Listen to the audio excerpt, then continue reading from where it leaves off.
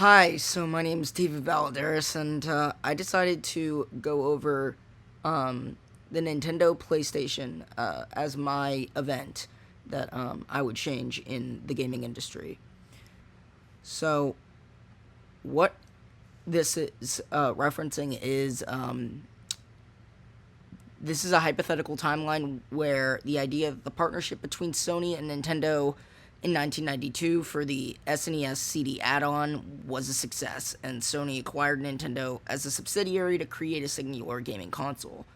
If you don't know, Nintendo and Sony were going to partner up to create an add-on for the SNES in the 90s, and they announced it at a convention, and then a day later, Nintendo called off the deal due to licensing, wanting more rights for licensing, and they ended up going with Philips instead, and that caused Sony to create the PlayStation as a competitor as revenge. So my hypothetical situation is, what if Nintendo and Sony kept that partnership and they began working together on consoles going forward? So I think the Nintendo's PlayStation would be a device that would play every video game on the market, considering that there would be no other competitors. They're the last two in the console wars right now. It got me thinking to what would happen if the two companies joined forces and created a definitive gaming console. So the current market status of gaming right now is that Nintendo and Sony are the only true remaining competitors, with the Nintendo Switch 2 and the PlayStation 5. And Microsoft is still technically in there. They're saying that they're going to make a new console, and they're trying to push forward, but they're pretty much putting themselves in the grave right now, because, I mean, if you look at the pie chart right here, 37% of sales in the past 6 months are from the Switch 2, 7% are Switch 1, 42% are PS5, and only 14% are from the Xbox Series S and X. And they've announced their new console, but considering that there are no exclusives on Xbox, and there's really no point to even getting one, because all of the games can be played on Windows computers with the Xbox Cloud Gaming and the Xbox app on the computer. So, yeah, I think it's safe to say that PlayStation and the Switch are the last two consoles in the market. They're not Xboxes.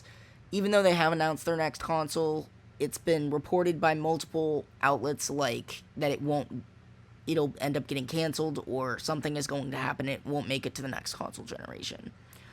Based on the sales in the first quarter of 2026, Nintendo is in the lead with 43.9% of the market share, covering the Switch 1 and Switch 2, as opposed to 42% with the PlayStation 5. So it's a pretty even split between the two.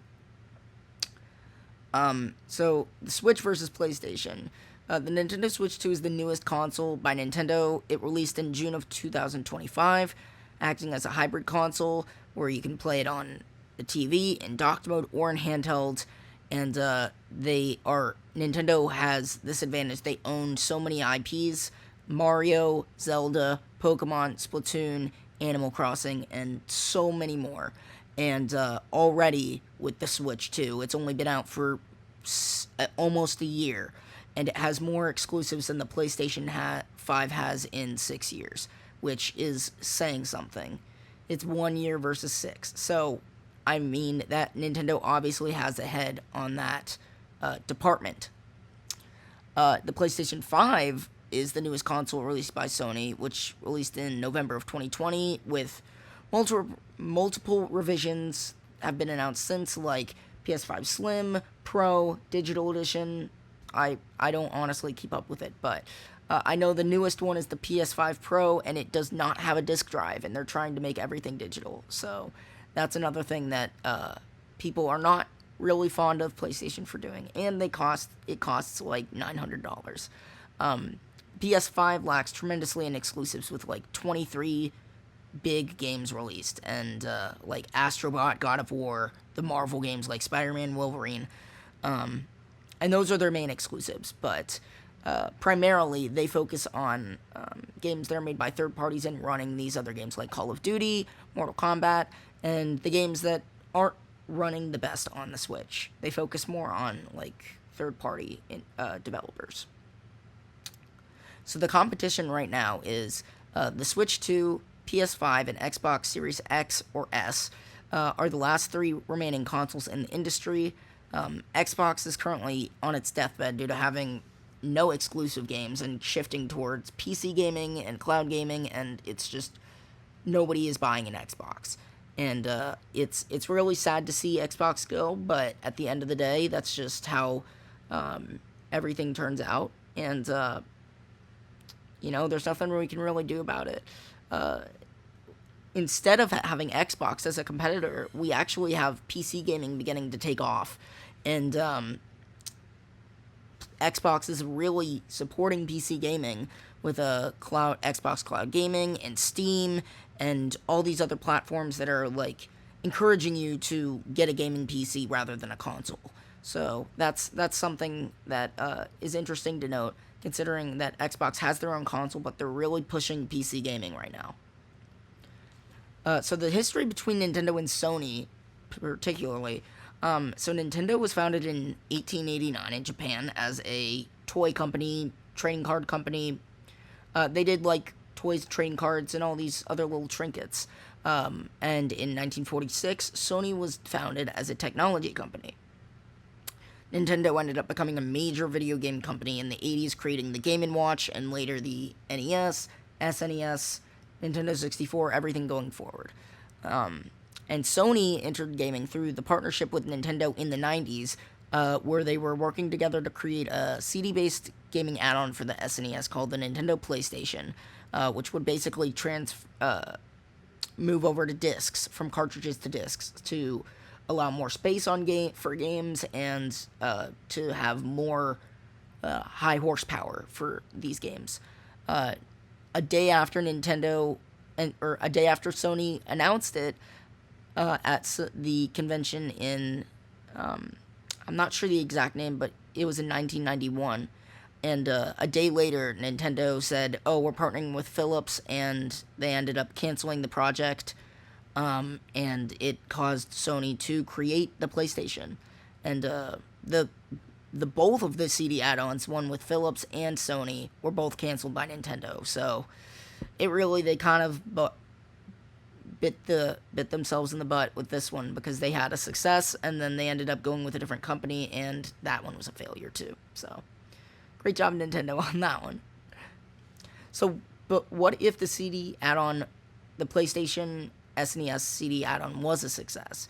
So, in this hypothetical situation, Nintendo and Sony would have successfully launched the CD add-on for the SNES in 1992, called the Nintendo PlayStation, and they would have moved over to CDs for the new normal for Nintendo games, allowing more storage, higher quality games, and just more data. And third-party support would increase tremendously thanks to the higher horsepower and processing power of the discs on the Nintendo PlayStation add-on. And following this, Nintendo and Sony would build a partnership going forward where they would create their next consoles in the future as a partnership. The Nintendo PlayStation. So Nintendo and Sony would partner up again for the launch of Nintendo's next home console, the Nintendo PlayStation, in 1995, effectively replacing the N64. And Nintendo would produce the games while Sony would produce the hardware. I feel like this would be the best idea, because Nintendo has always not really been the best with their hardware, but their software library is tremendous, and it's the complete opposite for Sony. So I feel like if they partnered up, then they could make the gaming console ever, like the only one, and it would have the best of both worlds, to be honest. The console would have used discs rather than cartridges to hold more data for games, like I previously mentioned, and it would lead Sony and Nintendo to be partners going forward. And I have some of Nintendo's iconic IPs and the PlayStation 1, which is what I think would have been the next console, what it would have looked like instead of the N64. So Xbox would have gotten X'd. After Sony's acquisition of Nintendo, Sega was not able to keep up with the competition after the release of the PS2 in 1998. And this left Sony as the only remaining competitor in the video game console market, and if you're the only competitor, I highly doubt Microsoft would have even stood a chance, because if you're trying to enter an industry that's a monopoly, it's it's like a it's like a suicide battle, to be honest. So Microsoft would have not had a chance against it, and Sony would control the industry to this day in the video game console market. So in 2026, these market stats are what I would think they would be. Nintendo and Sony would have the only gaming platform on the market, causing a monopoly, so there would be no competition. There would be no competition at all in the hardware industry, but instead of console wars, there would be developer wars where people argue about what game developer is better, what series is better, what franchise is better, and I think that would be really cool to see what that would be like. And all the games that would be released by developers, indie developers, like main party developers, like all of them would have to release on the PlayStation. It would be like, if you can't get it on the PlayStation, then you can't make your game, essentially. It would be, there's only one option you can release it on, so that would be interesting to see as well. So for the hardware and franchises, Sony and Nintendo would release a new PlayStation every 5 years, with the PlayStation 7 released in 2025. And there would be a portable and a home console option for both. The portable would be taking cartridges, and the home console would take discs. And so I made 2 mock-ups for the PlayStation 7, one based on the Nintendo Switch 2, and one based on a mock-up of a PlayStation 7 that I found some people making some concepts for. And franchises like Mario, Pokemon, Zelda, Call of Duty, God of War, they would be making billions off of like games, movies, franchises. All these subsidiaries would be making these so much profit off of it, because Sony is like this monopoly in the media industry at this point. They created DVDs, they created CDs, they own the only game console on the market. Like, I mean, Sony would be the king of the media industry in this alternate timeline.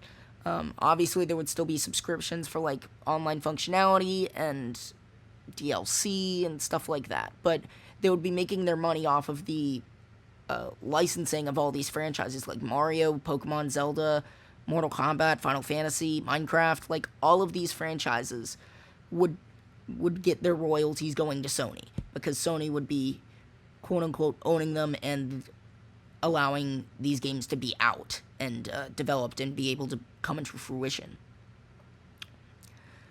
Like I mentioned multiple times, there's no competitors. It would be, the only one on the market would be the Nintendo PlayStation. And rather than the competition would be focused on the consoles, it would be focused on the games, and rather than what the consumers use to play those games.